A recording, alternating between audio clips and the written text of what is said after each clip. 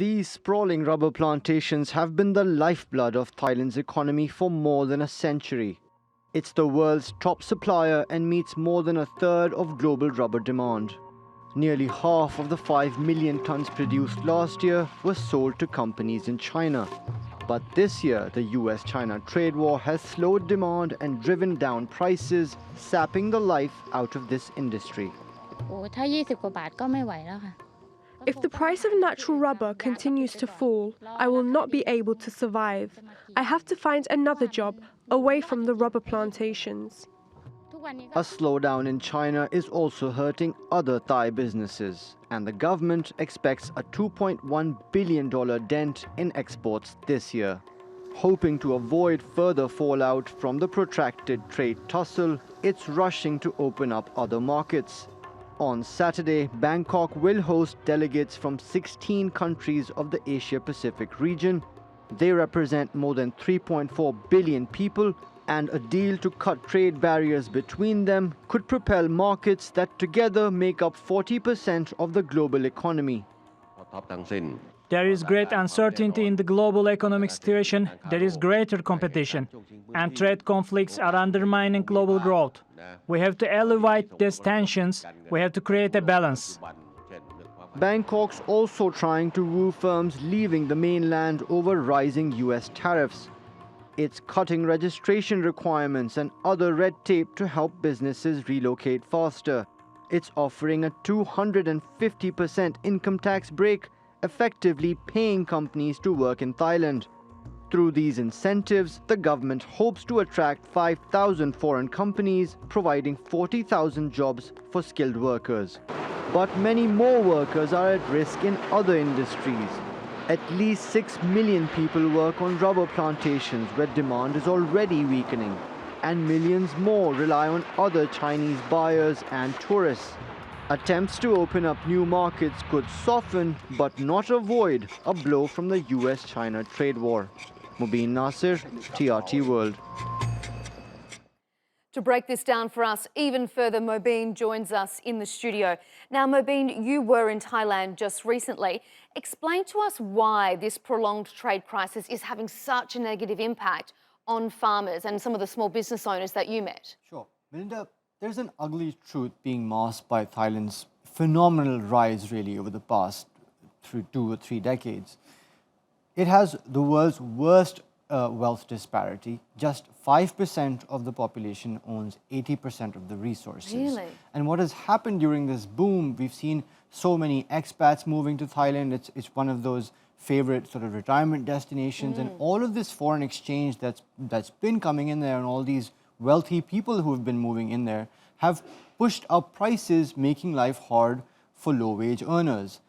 Add to that the impact from slowing trade. Now, large companies, your automakers, your large miners, those companies are able to absorb, at least for some time, the impact of hits to their demand or within their supply chain. But really, it's the small guys, it's the farmers and people working on plantations who don't have that luxury. So if they do have to go through a season where prices fall by 40 or 50%, really there's nothing there to help them. And in the country also, there aren't really many social welfare programs that can, I mean, there are some, but there aren't nearly enough to take care of all of those people. So they're going to be paying particular attention to what's going on. At the moment, we've got high-level trade talks resuming.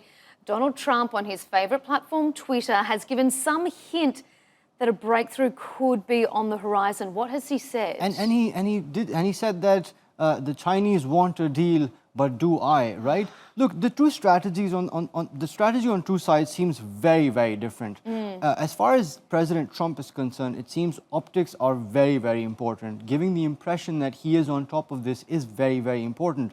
The Chinese, on the other hand, seem like they're in for a longer game. They don't mind even tariffs, to be honest. It seems they are willing to buy more US products if they can persuade Washington to delay some of these tariffs, because for them the more strategic goal is not giving in to US pressure on things like intellectual property rights, the ownership of companies inside the mainland, sharing of trade secrets, information like of that nature, keeping their currency undervalued, or giving state support to the manufacturing sector. And it seems that's the play from Beijing.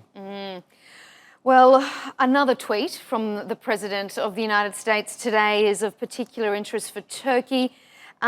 He has renewed his threat for sanctions against Turkey, but there's a proviso. What has he said with regards to the war in Syria? I mean, if you go through just the Twitter timeline of the U.S. president over the past 2 days, not more, you can see at least 4 different policy flips, right? But I think beyond the rhetoric, what is really important here is that he keeps repeating that if Turkey crosses a certain line, what that line is has been defined not just by the Washington but by Ankara itself in terms of hitting terrorist targets, creating a safe zone, and being able to have that area where civilians are able to live. So beyond that, if you look at the sanctions or other punitive measures that are being proposed by Lindsey Graham, really, in themselves, they do not hit the broader economy to the extent that they target US assets of certain government officials, purchases of fuel by the military.